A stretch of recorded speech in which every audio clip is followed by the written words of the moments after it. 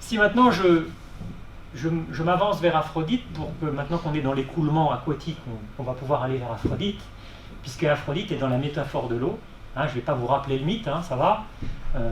Je vais juste vous dire que Aphrodite est née parce qu'il se trouve qu'il y a Cronos qui a castré Papa, vous vous souvenez, et que donc il y a donc ce paquet qui tombe dans l'eau. Hein, et on a dit plein de choses là-dessus, hein, déjà avec Saturne, hein, vous vous souvenez. Moi je m'intéresse maintenant aujourd'hui au fait que ça tombe dans l'eau, et qu'en tombant dans l'eau, ça va faire de l'écume. L'écume est à la surface de l'eau, ça va toujours? Ok. Vous avez bien compris qu'avec les anciens, on est beaucoup dans l'analogique, hein. On est dans les jeux d'association. Et donc, les anciens ont associé cette énergie incarnée par la déesse en l'appelant écume, puisque Aphros, en grec, c'est l'écume. D'où le nom Aphrodite. Donc c'est l'écume, on est dans l'élément aquatique, et surtout, l'écume, c'est à la surface de l'eau. Comme la peau est la surface de notre corps. On y reviendra. Et il se trouve qu'elle s'abîme en mer. Il y a d'autres choses qui s'abîment sur Terre, c'est les gouttes de sang de la castration, et ça donne naissance à d'autres choses. Alors je le dis pour mémoire, parce que ça va nous éclairer lorsqu'on va comprendre l'archétype. Hein, ce qui tombe sur Terre, les gouttes de sang vont donner les érini, qu'on appelle en latin les furies, c'est-à-dire des entités qui sont plutôt négatives. Hein, bon. Mais Aphrodite, elle, est positive.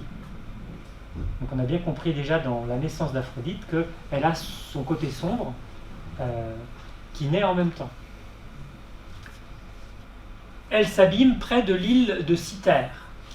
Hein, et on connaît près de l'île de Cythère une plus petite île encore qui s'appelle Anticythère, et c'est au large de cette petite île qu'on a retrouvé le fameux mécanisme, hein, d'Anticythère qui était abîmé au fond de l'eau dans un navire qui avait fait naufrage.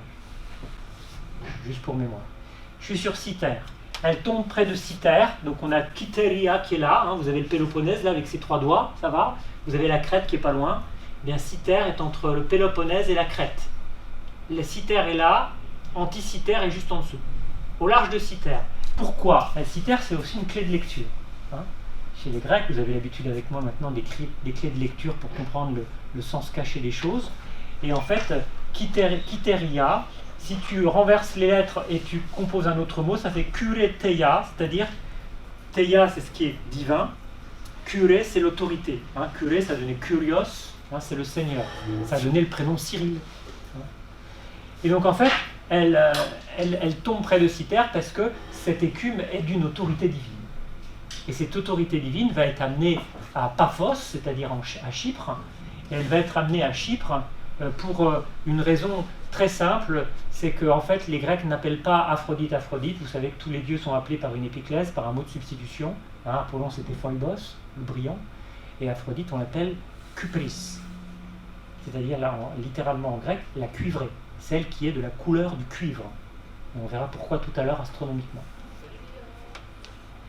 Et donc, en fait, on a compris que Aphrodite est associée au monde du liquide, c'est pour ça qu'elle tombe dans le royaume de Poséidon, et c'est pour ça que quelqu'un qui est amoureux, eh bien, il absorbe les énergies, comme une éponge, qui viennent d'ailleurs.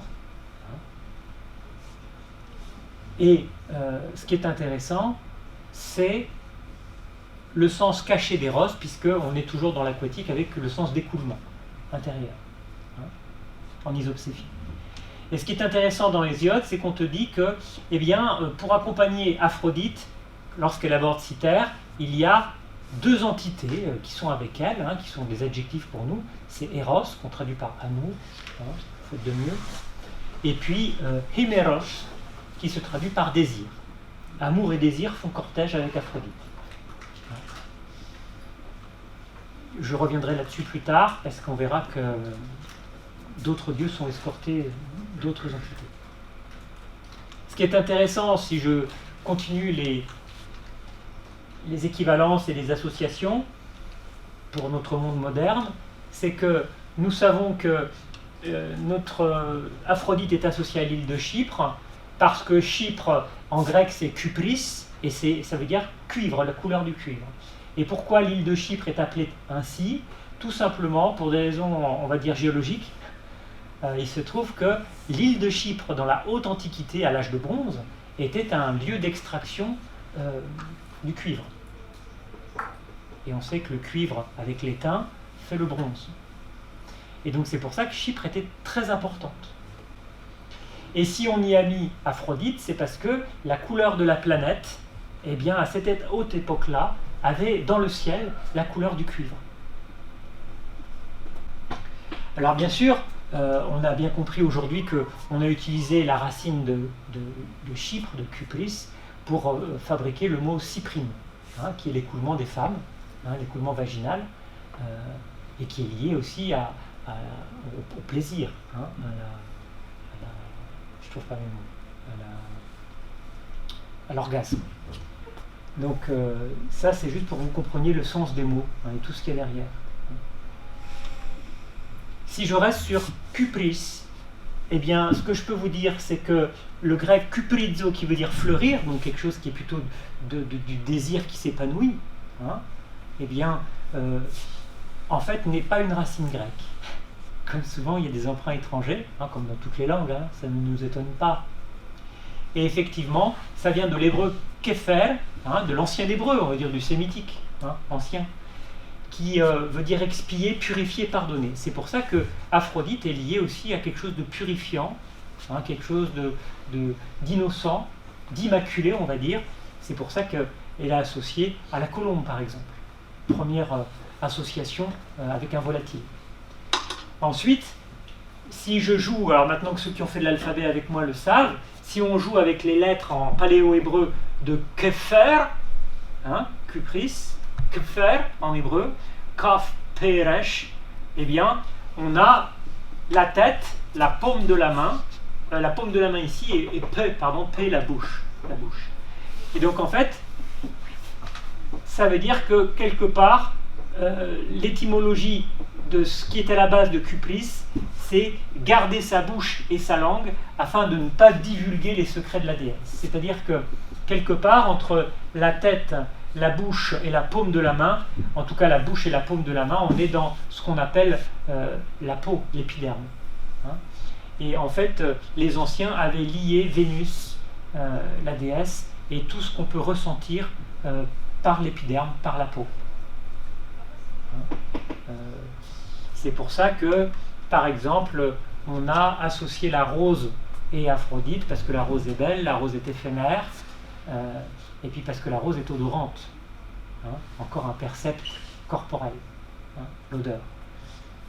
Donc ce qui est intéressant, c'est que, et j'aimerais parler un petit peu de ça, je ne sais pas si je vais bien en parler parce que c'est pas facile pour moi, mais ce qui est intéressant chez les anciens, c'est que Vénus est associée à l'amour, à l'affection, à la tendresse, et donc forcément elle est liée à notre percept corporel qui peut effectivement ressentir.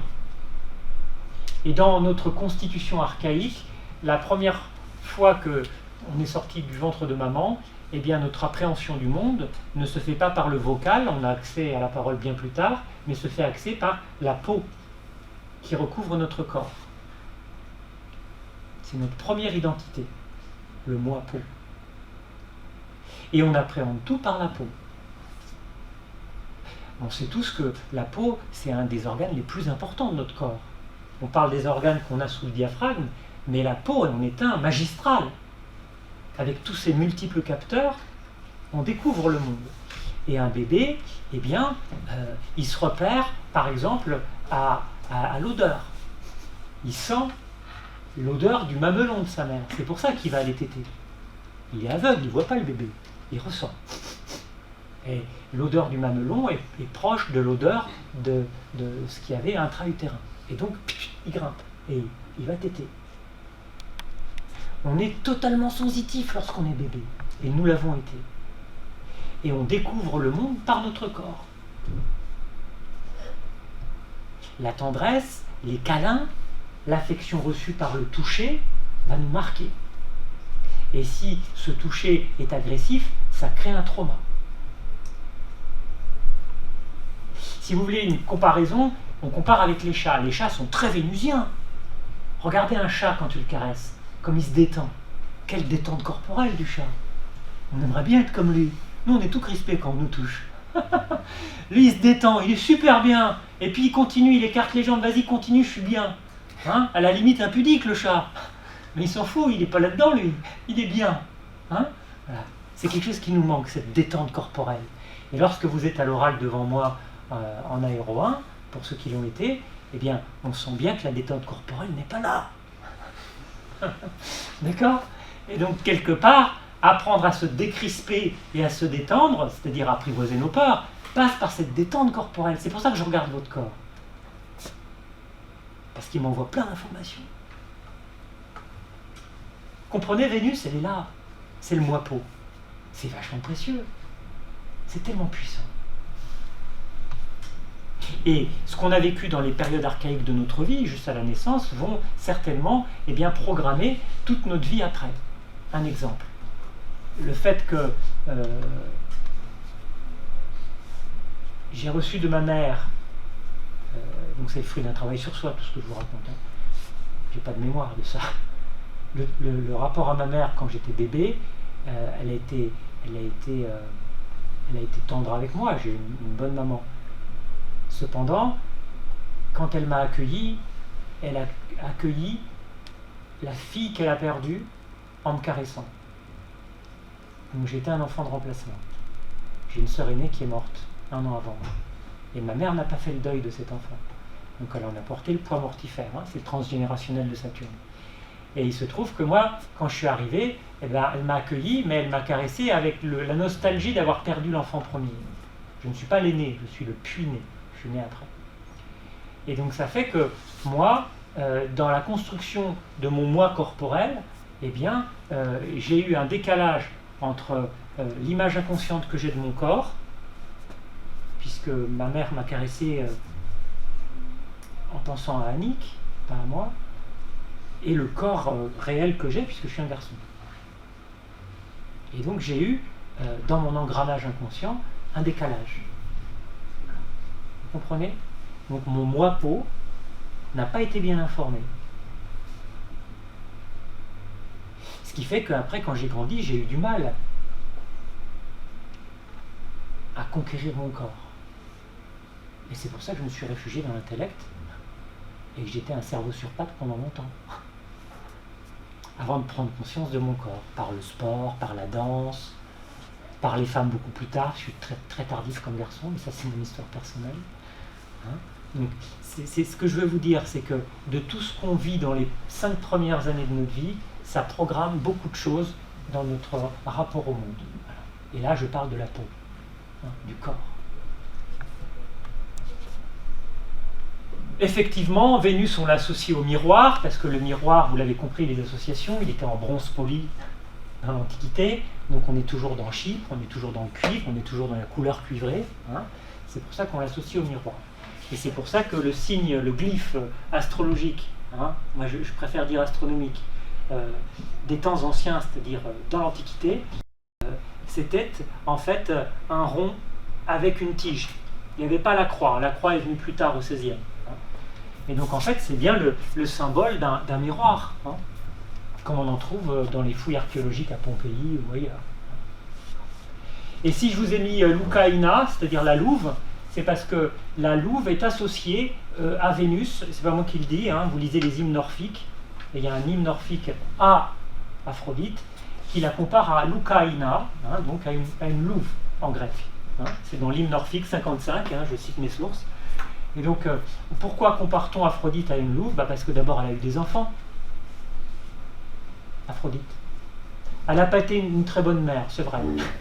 Hein, c'était une grande maîtresse, une grande courtisane, ça c'est sûr. Mais elle a été aussi, c'est ça qu'il faut retenir comme Loukaïna, elle a été animée par le pouvoir de fécondité, par cette puissance fécondante qui enfante, qui donne la vie. Et on sait bien aussi que donner la vie, c'est accompagné de tendresse, d'affection, de choses hautement positives, de bonnes énergies.